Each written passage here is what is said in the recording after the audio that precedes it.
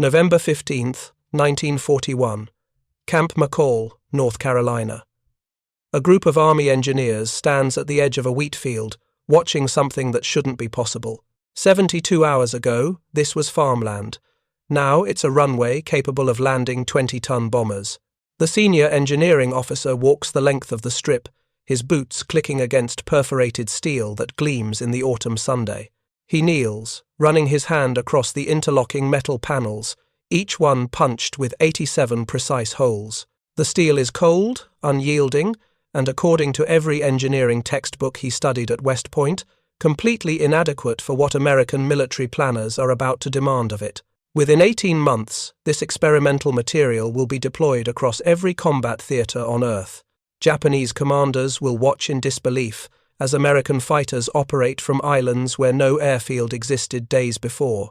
German intelligence officers will file reports describing American engineering capabilities that their superiors will dismiss as obvious fabrications. And the course of the war will be determined not primarily by courage or tactics, but by the ability to manufacture geography itself. The revolution begins with a problem that has nothing to do with combat and everything to do with mud. In the spring of 1939, the United States Army Air Corps faces an uncomfortable reality. Their aircraft are becoming heavier, faster, and more powerful, but their ability to operate those aircraft remains hostage to weather, terrain, and the laborious process of building concrete runways that require months of skilled labor and massive quantities of cement. A single B-17 heavy bomber weighs 30,000 pounds at takeoff and lands at 90 miles per hour. When that much mass meets a grass airfield softened by rain, the result is predictable. Wheels sink through turf, propellers bury themselves in mud, multi-million-dollar. Aircraft become immobile sculptures decorating unusable airstrips, and military operations grind to a halt while engineers wait for the ground to dry. The British and French, already at war, have attempted solutions. The British experiment with heavy-gauge chicken wire spread across soft ground.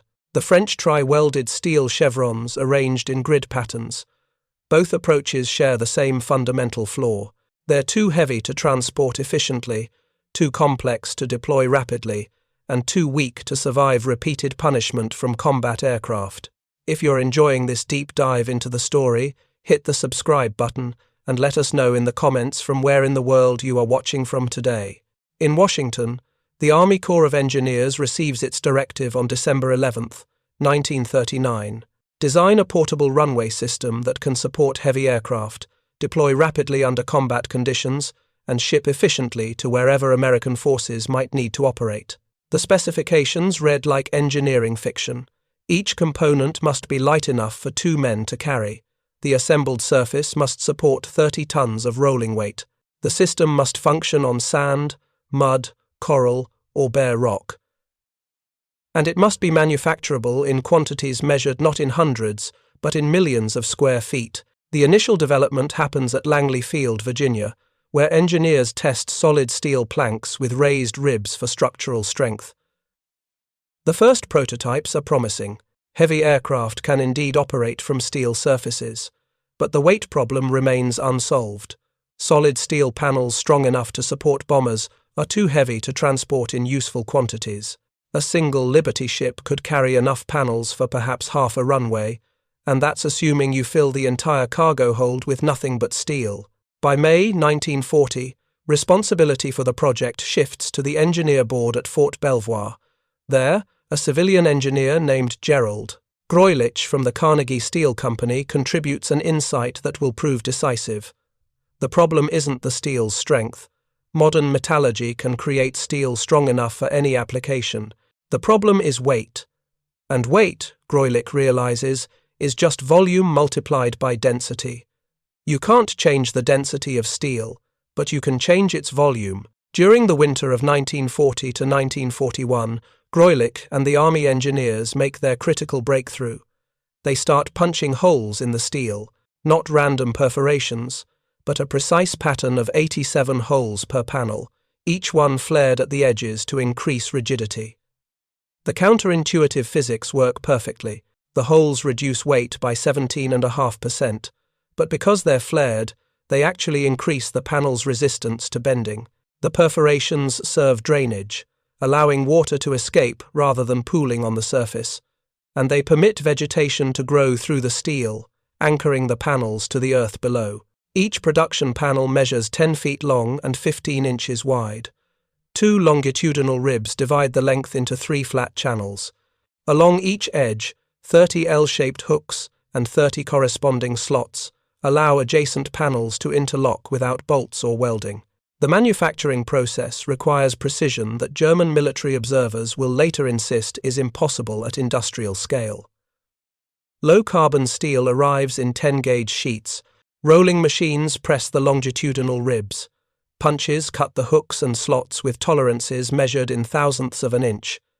The 87 holes get punched and flared. The hooks bend 90 degrees. And finally, the entire panel gets cleaned, degreased, and painted. The result weighs 66.2 pounds. A single man can drag it, 2 men can carry it easily. 4 men can position and interlock it with adjacent panels in under 3 minutes, and 60,000 of them, locked together in a staggered pattern, create a durable all-weather surface 5,000 feet long and 150 feet wide that routinely accepts aircraft weighing up to 60,000 pounds, landing at 90 miles per hour. The name comes from geography rather than invention. The first operational test occurs during the Carolina maneuvers in November 1941, where Army units conduct massive exercises near Camp McCall. The installation site sits adjacent to a whistle stop on the Seaboard Coastline Railway called Marston, a village 35 miles west of Fort Bragg, with no particular historical significance beyond its proximity to available land. The 3,000-foot runway takes 11 days to construct, but that timeline includes surveying, ground preparation, and the learning curve of men handling an entirely new technology. More importantly, it works. Aircraft land and take off without incident. The steel doesn't buckle. The interlocking system holds. And military planners suddenly possess a capability that will prove more strategically valuable than many weapons systems. The material acquires its name through the same process that creates all military nomenclature. Bureaucrats need a designation. The test site is near Marston. Therefore, the steel planking becomes Marston matting. Soldiers shorten it to Marston Mat. And that's the name that will appear in after-action reports from Guadalcanal to Normandy, even though many of the men deploying it will have no idea who or what Marston might be. December 7, 1941. Pearl Harbor burns, and within hours, American military planners confront logistics that make the engineering challenges of Marston Mat seem trivial by comparison. The United States must project air power across the Pacific Ocean, a body of water so vast that the continental United States could fit inside it with room to spare. The distance from Hawaii to Tokyo measures 3,900 miles. The effective combat radius of a Tesla P-40 Warhawk fighter is approximately 200 miles. The mathematics are unforgiving. To reach Japan, American air power must leapfrog across thousands of miles of open ocean, establishing airfields on coral atolls and jungle islands that lack not just runways, but roads, harbors, or any infrastructure whatsoever. Each island must be captured from determined Japanese defenders. Each captured island must immediately transform into an operational airbase capable of supporting the next advance. And the timeline for this transformation cannot be measured in months or even weeks. It must be measured in days, or American forces will lose the momentum that amphibious warfare demands. The traditional approach to airfield construction offers no solution. Concrete runways require cement, which must be manufactured or imported. They require skilled labor, surveyors, engineers, and construction foremen. They require equipment, forms, mixing plants, and curing time. And they require months, which American commanders do not have. In early 1942, the War Production Board approves manufacturing of pierced steel planking on a scale that German industrial planners, reading intelligence reports, will dismiss as propaganda. The goal is 15 million square feet initially, enough for approximately 25 complete fighter airfields. Within months, that target will multiply tenfold. By mid-1943, American factories will be producing enough mast and mat every month to build 10 heavy bomber bases. The manufacturing network spreads across the industrial Midwest and Northeast. The Strand Steel Corporation converts its Penrose facility outside Philadelphia to exclusive mast and mat production. George A. Fuller Construction takes over a former automobile parts plant in Chicago. Great Lakes Steel dedicates rolling mills to nothing but corrugated panel production. And Carnegie Illinois Steel, the subsidiary of United States Steel formed from Andrew, Carnegie's original company, brings its Pittsburgh area factories into the effort. The production process borrows automotive assembly line principles developed by Henry Ford. Massive steel coils arrive by rail, each coil containing enough material for 30 panels. Rolling machines corrugate the flat steel at precisely 2.67 inches on center. The corrugating process work hardens the metal, making it stronger than the flat sheet that entered the machine. This is not an accident. The engineers have calculated every step to extract maximum strength from minimum material. Next comes galvanizing, a process that will prove crucial in tropical environments where American forces will deploy. Each panel drops into a tank of molten zinc heated to 850 degrees Fahrenheit. The zinc doesn't coat the steel like paint. It bonds metallurgically, creating a sacrificial layer that will corrode before the underlying steel rusts. In the salt air of Pacific Islands, this galvanizing means the difference between a 5-year lifespan and a 50-year lifespan. The process costs an extra $1.12 per panel, but field reports from Guadalcanal will show ungalvanized fasteners corroding through in 8 months, while galvanized steel remains intact. The packaging demonstrates the same obsessive attention to logistics that characterizes American industrial planning. The 96 corrugated panels of a complete kit nest inside each other like stacked bowls, reducing package height from 8 feet to 14 inches. The end walls, window and door frames, and all fasteners pack in wooden crates designed for rough handling. The entire assembly loads onto one standard 40-foot flatbed railcar. This packaging density matters because every train heading west carries either mast and mat, ammunition, food, or vehicles. There is zero room for inefficient cargo. By August 1942, American factories collectively produce 1,500 complete kits per week. By December 1943, monthly production reaches 8,000 units. The logistics network moves with efficiency that German supply officers, struggling to maintain forces in North Africa, will study with something approaching despair. Trains leave Philadelphia and Chicago daily. They arrive at San Francisco, San Diego, and Seattle, where Liberty ships wait at dock. Longshoremen load complete kits using the same crane systems designed for tanks and artillery. A single Liberty ship can carry 200 kits, representing shelter capacity for airfields supporting hundreds of aircraft. The shipping choreography becomes its own form of warfare. Convoy routes through submarine-infested waters, loading priorities that balance immediate tactical needs against long-term strategic requirements. Port facilities operating 24 hours daily, where minutes saved in loading translate to days saved in transit. And through it all, the mast and mat flows westward like an industrial tide, carrying with it the capacity to manufacture American air supremacy on islands where no air power should be possible. The material reaches Greenland in late 1941 for one of its first operational deployments.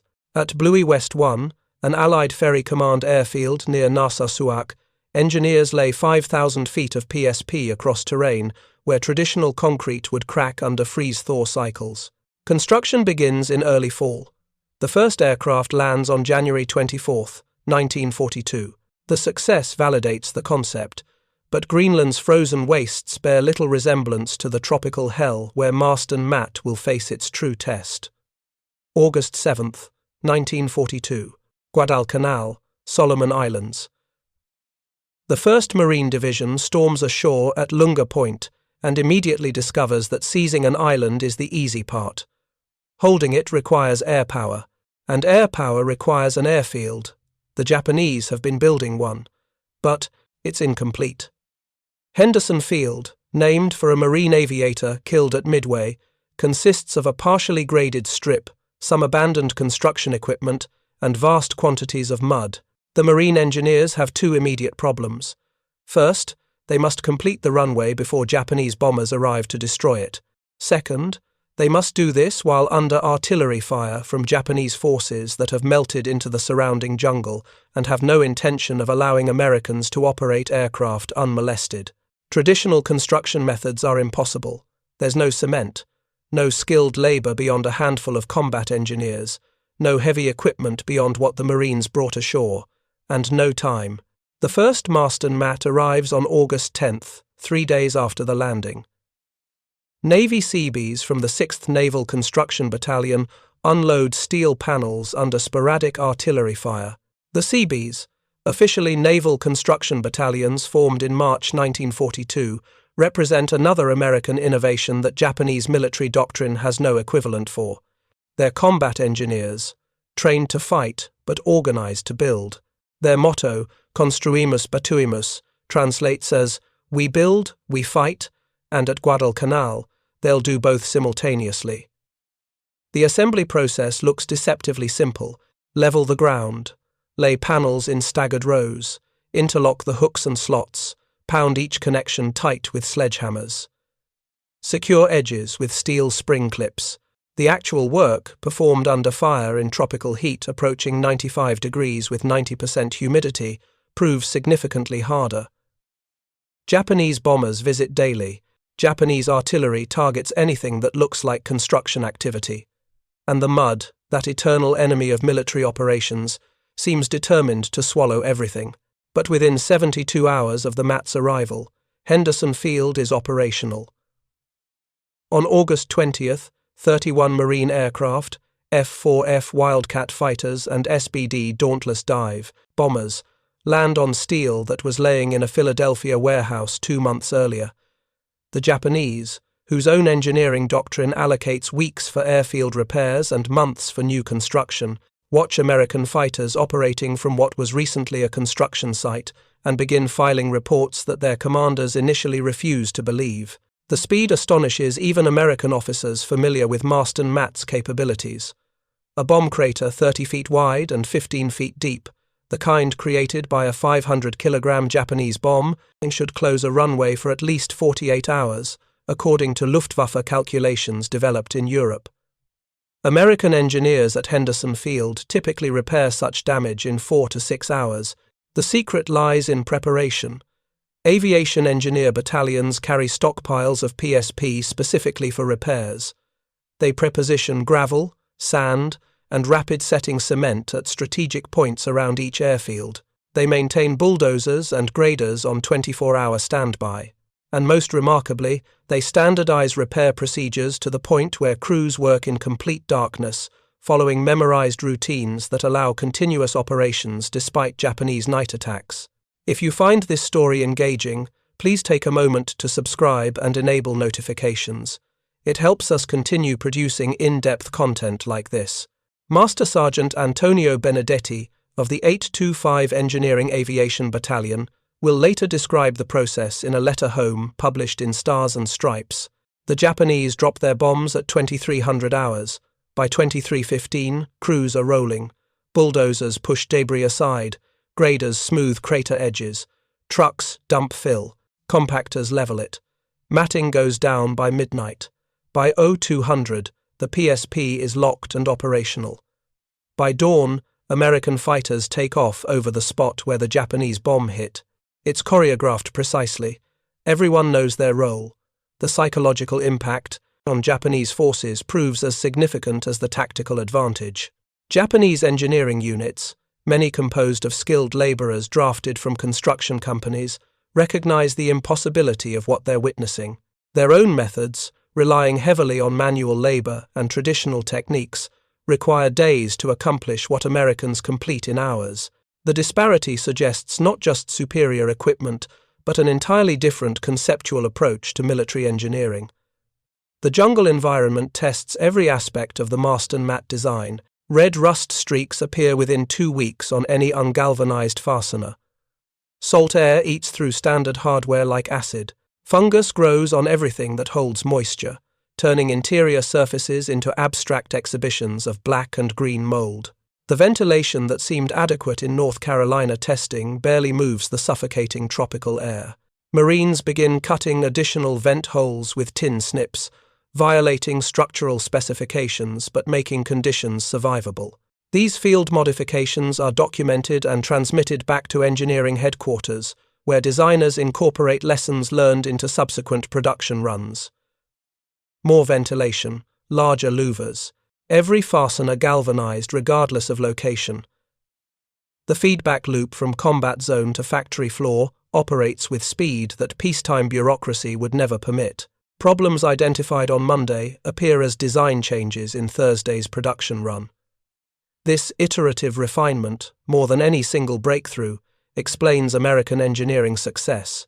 The scale of American airfield construction in the Pacific grows from tactical innovation to strategic dominance with terrifying speed. By late 1942, the pattern repeats across dozens of islands. Marines or Army infantry secure a beachhead. Within hours, Seabees arrive with equipment that seems fantastical to observers accustomed to traditional construction methods. Within days, fighters operate from runways that didn't exist when the invasion began.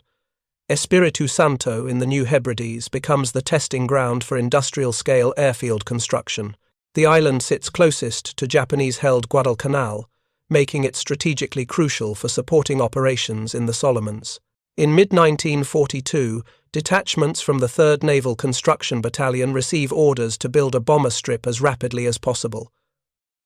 The timeline borders on absurd.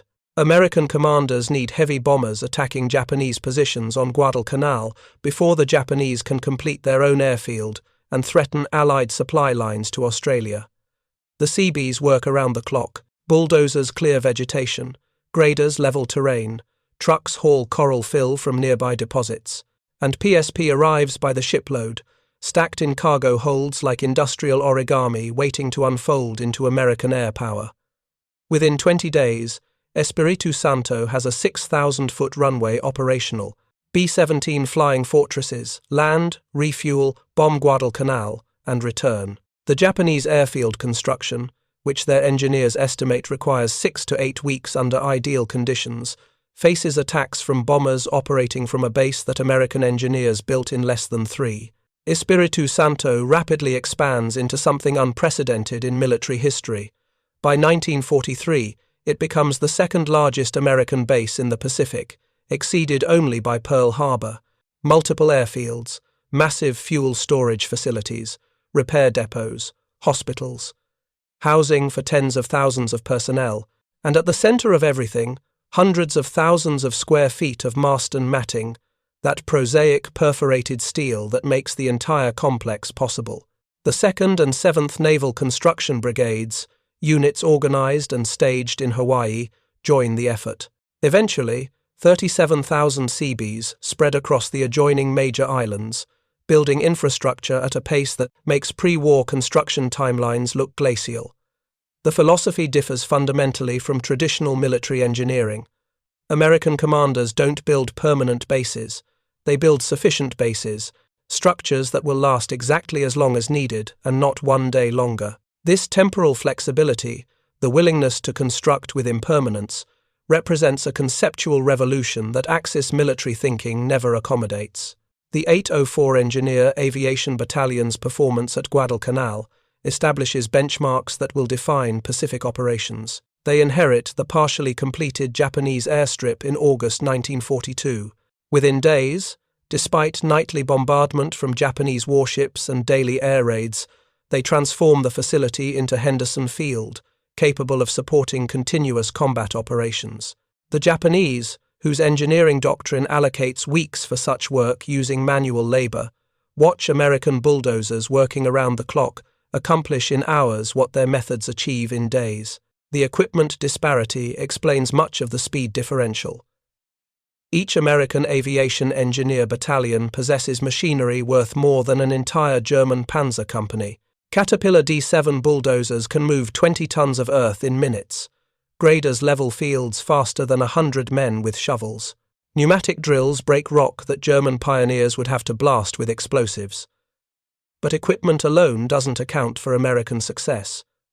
The systematic approach matters equally. American engineering doctrine reduces complex problems to standardized procedures. Site selection follows checklists. Surveying uses techniques taught in technical manuals distributed to every unit. Clearing, grading, drainage installation, and matting deployment proceed according to sequences that assume any piece of relatively flat ground can become an operational airfield within 72 hours.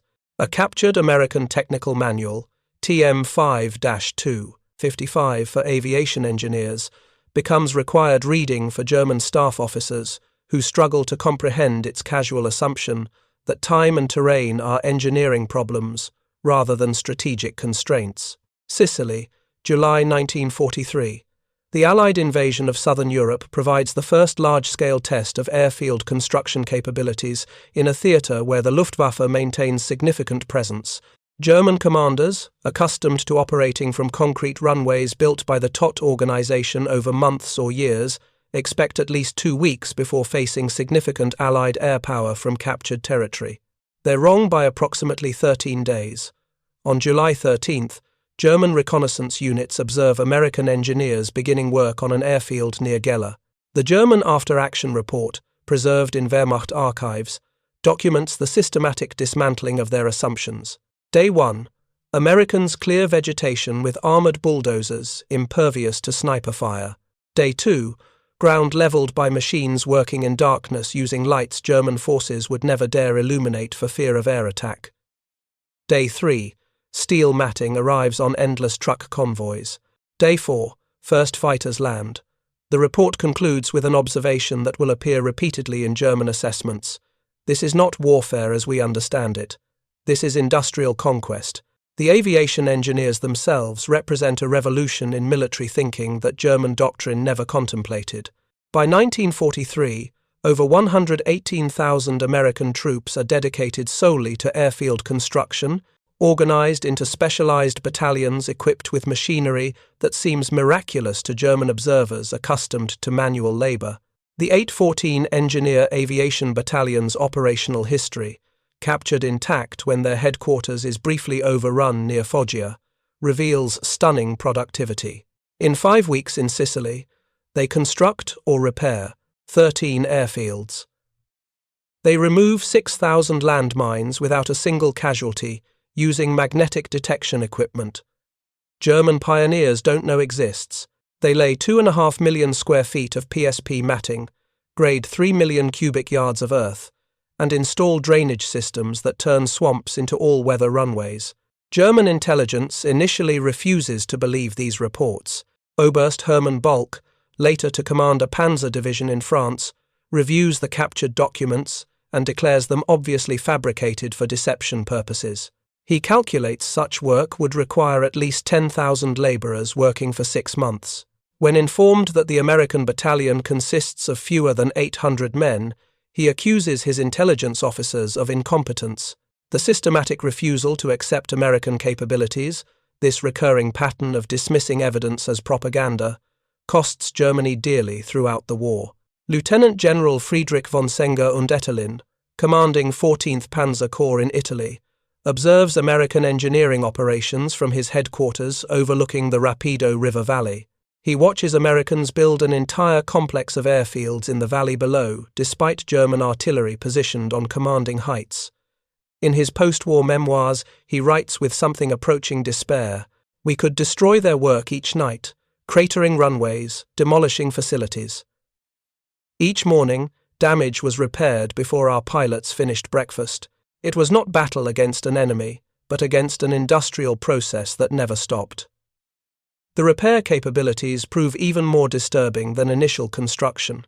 The Luftwaffe's technical officers calculate that a 500-kilogram bomb, creating a crater 30 feet wide and 15 feet deep, should close a runway for at least 48 hours, assuming around-the-clock repair efforts. American engineers typically have such damage operational again in 4 to 6 hours. This difference lies not just in equipment, but in philosophy. American doctrine treats damage as routine rather than catastrophic. Repair stockpiles prepositioned. Equipment on standby, procedures memorized. The system assumes continuous attack and builds resilience through redundancy and speed. The specifications of American airfield construction seem impossible to German engineers working with traditional methods. A standard fighter strip requires 5,000 feet of runway, 150 feet wide, capable of handling aircraft weighing 30,000 pounds landing at 90 miles per hour. German doctrine, based on concrete construction, calculates 6 weeks minimum for such a project under ideal conditions. Americans routinely complete them in under 72 hours under combat conditions, often while under direct enemy observation and fire. General der Panzertruppen Joachim Lemelson, whose troops face American air power in Italy, writes in a report to OKW that survives in archives. The enemy's air superiority is not primarily a question of aircraft numbers or pilot skill, though both are considerable. It is a question of omnipresence. Wherever we concentrate forces, an American airfield appears within days. We cannot interdict their construction because they build faster than we can attack. We cannot defend against their air power because it operates from bases that didn't exist when we planned our defenses. The Pacific Theater, where distances dwarf European operations, sees even more dramatic applications of rapid airfield construction. The island-hopping campaign depends entirely on the ability to project air power forward faster than Japanese forces can respond. Each captured island must immediately become an air base capable of supporting the next leap. The mathematics are unforgiving. A fighter with a 200-mile combat radius extends American air power 200 miles. An airfield built 200 miles forward extends it another 200. The Pacific is won not primarily through naval battles or amphibious assaults, but through the systematic extension of American air power across thousands of miles of ocean, one rapidly constructed airfield at a time. Tarawa, November 1943. The 2nd Marine Division assaults the tiny coral atoll at horrific cost. The battle for Batio Island, barely 2 miles long, kills over 1,000 Marines in 76 hours of close combat. But within days of securing the island, Seabees begin constructing an airfield on ground where men died 3 days earlier. The coral atoll presents unique challenges: no soil for traditional foundations, limited space, and the absolute requirement for immediate operational capability because Japanese forces on nearby islands can observe and attack construction efforts. The solution demonstrates American engineering flexibility. Seabees use coral rubble from destroyed Japanese fortifications as runway base material. They blast additional coral from the reef using explosives. They grade, compact, and cover the surface with PSP in a process that turns a coral atoll into an operational fighter base in under a week. The first American fighters land on November 26th, Japanese commanders on Makin and Kwajalein, the next targets for American advance, watch through binoculars as the impossible becomes routine. The scale of production supporting these operations defies comprehension, even for American officers unfamiliar with industrial logistics. Carnegie, Illinois Steel's facilities in Pennsylvania alone produce enough mast and mat monthly to build multiple heavy bomber bases. 5 production lines run continuously, 24 hours daily, 7 days weekly. Steel arrives from mills across the Northeast. Presses exert 2,000 tons of pressure, shaping flat sheets into corrugated panels. Punches create the holes in patterns developed through engineering trials, and the finished panels ship to ports, often before paint fully dries. Workers later recall that factory floors grow so hot from continuous operation that shifts rotate every 2 hours to prevent heat exhaustion. The industrial mobilization transforms American manufacturing capacity into a weapon system as deadly as any bomber or battleship. By mid-1943, American factories collectively produce 3 million square feet of PSP monthly, enough steel to build 10 heavy bomber bases. The material flows to Pacific Islands, North Africa, Italy, and England in quantities that German economic planners, reading intelligence reports, dismiss as obvious errors in translation. The logistical chain delivering these materials to combat zones operates with precision that makes pre-war commercial shipping look casual. Every Liberty ship loading on the West Coast carries a manifest calculated to maximize tactical utility: PSP for immediate runway construction, vehicles for moving it, fuel for the vehicles. personnel to operate everything. And all of it sequenced so that materials arrive in the order needed for construction rather than the order convenient for loading. Port facilities operate continuously, convoy schedules coordinate with invasion timetables, and through it all, the Marston Mat flows westward like industrial blood through arteries feeding American air supremacy. Saipan, June 1944. The invasion of the Marianas brings American air power within B-29 range of the Japanese home islands, making these islands strategically crucial. The battles for Saipan, Tinian, and Guam cost thousands of American lives but deliver something invaluable: forward bases close enough to Japan for heavy bombers to strike industrial targets. The challenge becomes transforming battle-scarred islands into operational air bases before Japanese forces can interfere with construction. Tinian Island, 39 square miles of coral and volcanic rock, becomes the testing ground for the ultimate expression of American airfield engineering. 15,000 Seabees swarm across the island in what becomes known as the miracle of construction. They haul, blast, and pack down enough coral to fill 3 times the volume of Hoover Dam. They build 4 runways, each 8,500 feet long. They construct taxiways totaling 13 miles. They erect Quonset huts, maintenance facilities, fuel storage, and bomb assembly buildings. And they do it while the battle for the island still rages, while Japanese forces hold portions of the terrain, and while enemy artillery occasionally shells construction areas. The Seabees operate equipment 20 hours daily. Maintenance crews work the remaining 4 hours repairing bulldozers, shovels, trucks, and graders damaged by the abrasive coral that destroys tires and equipment with impartial efficiency. In typical Seabee fashion, one innovative crew has a marine tank team fire armor-piercing shells into a hillside, so dynamite charges can be placed to break up coral. The marriage of combat power and construction capability, the seamless integration of fighting and building, represents doctrine that Japanese military tradition has no equivalent for. Every airstrip at Tinian completes on schedule. None requires more than 53 days from groundbreaking to operational status. By late 1944, Northfield and Westfield combined constitute the largest airbase in the world, capable of handling 1,000 B-29s, 4 8,500-foot runways, parking areas for hundreds of aircraft, maintenance facilities that can tear down and rebuild engines, fuel storage for millions of gallons of aviation gasoline, ordnance storage for thousands of tons of bombs, and housing for 40,000 personnel, all of it constructed in months on an island that was Japanese territory less than a year earlier. The strategic implications ripple outward from Tinian like shockwaves. In March 1945, B-29s launched from Tinian conduct the deadliest bombing raid in history, the firebombing of Tokyo that kills as many as 100,000 people and injures 1 million. In August 1945, the Enola Gay takes off from Northfield carrying the atomic bomb that will strike Hiroshima. 3 days later, another B-29 carries the plutonium bomb to Nagasaki. The weapons that end the war launch from runways built by Seabees using pierced steel planking designed in 1941 to solve the problem of aircraft operating in mud. The numbers tell a story that transcends individual battles or campaigns. American aviation engineer battalions construct or reconstruct over 1,000 airfields across Europe and the Pacific during the war. They lay over 300 million square feet of PSP matting, enough to build a runway from Berlin to Moscow.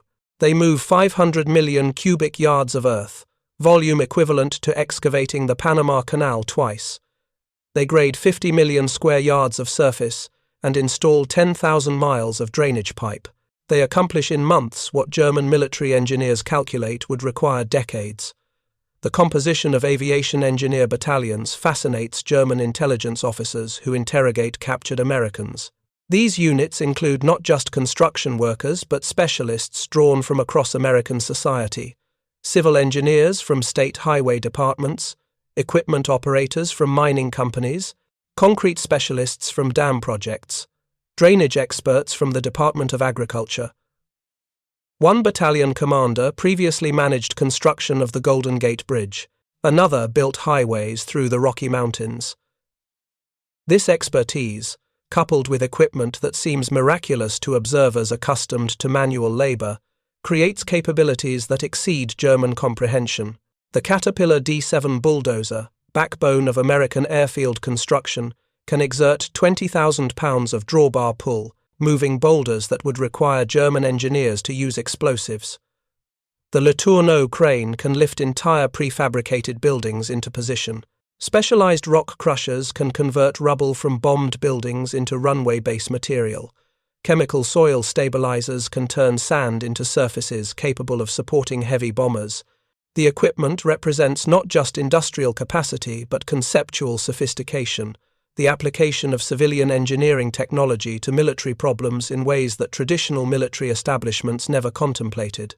Major Wilhelm Dürr, a Luftwaffe base commander captured in southern France, spends weeks studying American airfield operations as a prisoner. His post-war analysis, written for the United States Air Force Historical Studies, captures German bewilderment.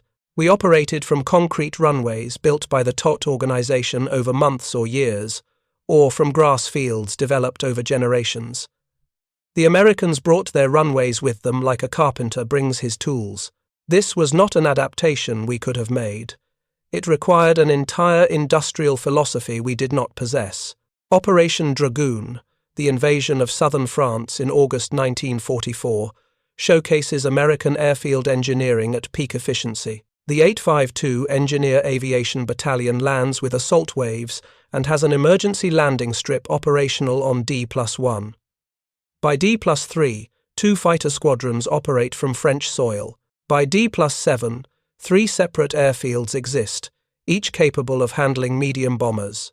German commanders, who expected at least 2 weeks before facing significant Allied air power, find positions under continuous air attack from the second day of the invasion. General der Infanterie Johannes Blaskowitz, commanding German Army Group G in southern France, reports to OKW with frustration that bleeds through military prose. The enemy's tactical air power multiplies daily. Each morning brings reconnaissance, reports of new airstrips. Our movements, possible only at night, become restricted to a few kilometers before dawn reveals us to enemy fighters operating from fields that did not exist when darkness fell. We cannot concentrate forces. We cannot move reserves. We cannot effectively resist an enemy who carries his air force with him. The cultural shock extends beyond mere technical capabilities. German military tradition emphasizes permanence, solidity, careful preparation. Luftwaffe bases feature concrete runways 2 feet thick, elaborate drainage systems, hardened hangars, and extensive support facilities. These installations, representing millions of man-hours and Reichsmarks, are strategic assets to be carefully defended. The American approach, temporary, flexible, almost disposable, represents a conceptual revolution German thinking cannot accommodate. Colonel Hans Ulrich Rudel, the famous Stuka pilot, observes American operations while briefly stationed in Italy before German withdrawal. He later writes with the analytical precision of a combat veteran forced to acknowledge superior enemy capabilities. We spent 2 years building our base at Foggia. The Americans rebuilt it completely in 2 weeks after we destroyed it during retreat. But they didn't rebuild it as we would have, permanent, solid, traditional. They laid steel strips that could be pulled up and moved tomorrow. They erected tent hangars that could disappear in hours. They created capability without commitment. It was warfare without weight, without the burden of permanence that anchored our thinking. The psychological impact on German troops proves as significant as the tactical advantages. Soldiers huddled in foxholes watch American fighters operate from runways built where battles occurred days earlier. Tank crews see carefully camouflaged positions revealed by reconnaissance aircraft operating from strips that hadn't existed when they dug in. Artillery observers find targets defended by fighters scrambled from fields built overnight. The omnipresence of American air power, enabled by rapid airfield construction, creates a sense of helplessness that no amount of courage or tactical skill can overcome. Gefreiter Jan Schmidt, whose letters home are preserved by his family, writes in November 1943 with the honesty of a common soldier unburdened by propaganda requirements. The Americans are not fighting a war. They are building a civilization. Wherever they advance, airports appear, roads are paved, telephone lines strung. We destroy. They build. We retreat from positions we've held for months. They build airfields in places we held yesterday. How can we defeat an enemy who carries his own geography with him? Who manufactures terrain according to tactical requirements? The innovation extends beyond basic PSP matting. American engineers develop specialized equipment for every conceivable challenge. The Rome plow, a massive blade designed for clearing vegetation, can remove trees 18 inches in diameter while moving at 5 miles per hour. Specialized drilling equipment creates drainage wells through solid rock. Portable rock crushers convert rubble into runway base material. Chemical soil stabilizers transform sand into surfaces supporting heavy bombers. The systematic application of industrial technology to military engineering problems creates capabilities that traditional military establishments cannot match. The prefabrication revolution particularly stuns German observers. Entire airfield facilities arrive in numbered crates ready for assembly like gigantic construction toys. Control towers 40 feet tall erect in 8 hours. Hangars covering 15,000 square feet become operational in 2 days. Fuel systems with underground tanks and miles of piping install in 72 hours. Operations centers complete with communications equipment function within 24 hours of arrival. The speed makes traditional construction methods obsolete. Lieutenant Colonel Ernst Zimmermann, a Luftwaffe logistics officer, calculates that establishing equivalent facilities using German methods would require 2,000 tons of concrete, 500 tons of steel reinforcement, 50,000 man-hours of skilled labor, and minimum 8 weeks under perfect conditions. He watches Americans achieve superior results with 100 tons of prefabricated materials, 50 men, and 72 hours. The disparity isn't just quantitative, it's conceptual. Americans have industrialized construction itself, applying mass production principles to military engineering in ways German doctrine never contemplated. The supply chain supporting this construction miracle defies German comprehension of logistics. Each aviation engineer battalion requires 2,000 tons of equipment and supplies to establish a single fighter field. A bomber base requires 5,000 tons. Yet American Liberty ships, themselves products of revolutionary production methods where hulls are welded in days rather than riveted over months, deliver these materials to invasion beaches. Specialized landing craft designed specifically for PSP transportation bring materials ashore. Within hours of hitting beach, steel matting moves inland on trucks built in Detroit using fuel refined in Texas following maps printed in Washington. General der Infanterie Gustav von Zangen, whose 15th Army faces American forces in Holland, describes watching American C-47 transports land on a runway his troops defended 48 hours earlier. My operations officer insisted the grid reference was wrong. There was no airfield at that location. I had to show him through field glasses. The Americans had built it while we were writing reports about holding the position. The speed renders traditional military planning obsolete. By the time German intelligence updates airfield locations, 3 more exist that weren't on the map. The strategic implications gradually become clear to German commanders, though too late to develop effective countermeasures. The American ability to project air power anywhere instantly means traditional concepts of front lines become meaningless. Every German position, no matter how far from established Allied bases, sits potentially under immediate air threat. Reserves cannot concentrate without inviting attack from fighters operating from runways that hadn't existed when movement orders were issued. The entire tempo of warfare shifts, and Germany's vaunted operational art becomes increasingly irrelevant against an enemy who rewrites geography according to tactical requirements. Field Marshal Gerd von Rundstedt, commanding German forces in the West, issues a directive in May 1944 that reveals Wehrmacht growing desperation. Enemy airfield construction capabilities must be assumed unlimited. All planning must assume Allied tactical air support will be available within 72 hours of any landing or breakthrough. Traditional calculations of distance from enemy air bases are no longer valid. Commanders must plan operations assuming American air power can appear anywhere, anytime, regardless of terrain or proximity to known bases. The directive proves prophetic. After D-Day, American engineers perform even more spectacular feats. Advanced landing grounds sprout across Normandy like mushrooms after rain. ALG-1 near Saint-Mère-Église operates by D+3. By D+10, 9 American airfields function in Normandy. By D+30, 24 exist. German units find themselves under constant attack from aircraft based so close that pilots make 4 or 5 sorties daily, returning to rearm and refuel in minutes. The concentration of air power overwhelms German defences not through technological superiority of individual aircraft, but through the systematic multiplication of sortie rates enabled by forward airfield construction. Captain Hermann Böckner, a Wehrmacht intelligence officer who compiles reports on American engineering capabilities, writes a post-war analysis that survives in American archives. We were not defeated by American courage, though they had courage. We were not defeated by American weapons, though their weapons were excellent. We were defeated by American engineers who made geography irrelevant. They built their victory runway by runway across Europe. We could not compete because we were playing a different game, fighting a different war, thinking in different categories. The pinnacle of American airfield construction efficiency comes during Rhine crossing operations in March 1945. The 834 Engineer Aviation Battalion crosses the Rhine at Remagen and has an emergency strip operational on the eastern bank within 18 hours.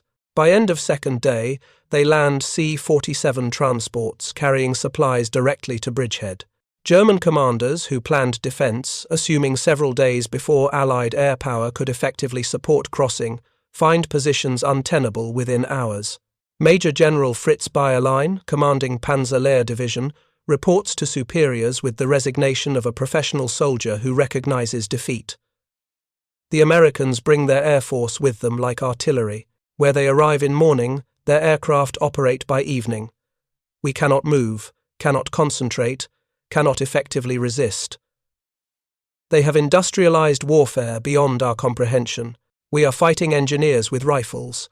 We are losing to bulldozers and steel matting rather than to tanks and infantry.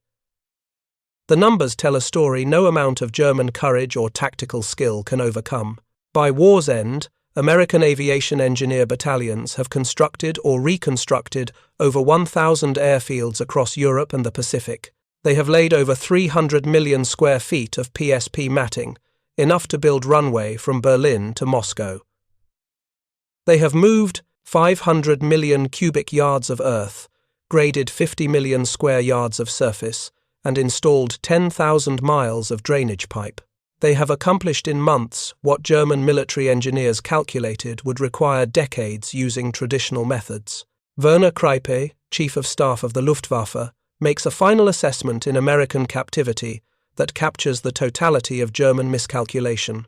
We planned for war of armies and battles, of courage and sacrifice.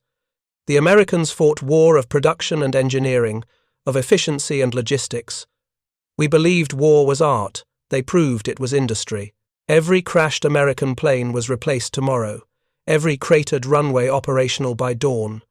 We could destroy, but they could create, and creation proved more powerful than destruction. German veterans interviewed decades after war consistently cite American engineering capabilities as the most psychologically devastating aspect of fighting the Western Allies. Unlike combat, which German military tradition prepared them for, the industrial transformation of warfare left them conceptually defenseless. They could understand being outfought, they couldn't comprehend being outbuilt. The systematic application of American industrial capacity to military problems rendered traditional military excellence increasingly irrelevant. Feldwebel Karl-Heinz, a veteran of both Eastern and Western fronts, explains the difference in a 1975 interview with brutal honesty. Against the Russians, we fought battles. Against the Americans, we fought factories. When we destroyed a Russian position, it stayed destroyed until they could bring up reserves. When we destroyed an American position, it was rebuilt before we could reload our guns. The Russians had courage and numbers. The Americans had bulldozers and steel matting. I feared the bulldozers more because courage cannot defeat engineering, and numbers cannot compete with industrial capacity. Thank you for watching. For more detailed historical breakdowns, check out the other videos on your screen now, and don't forget to subscribe.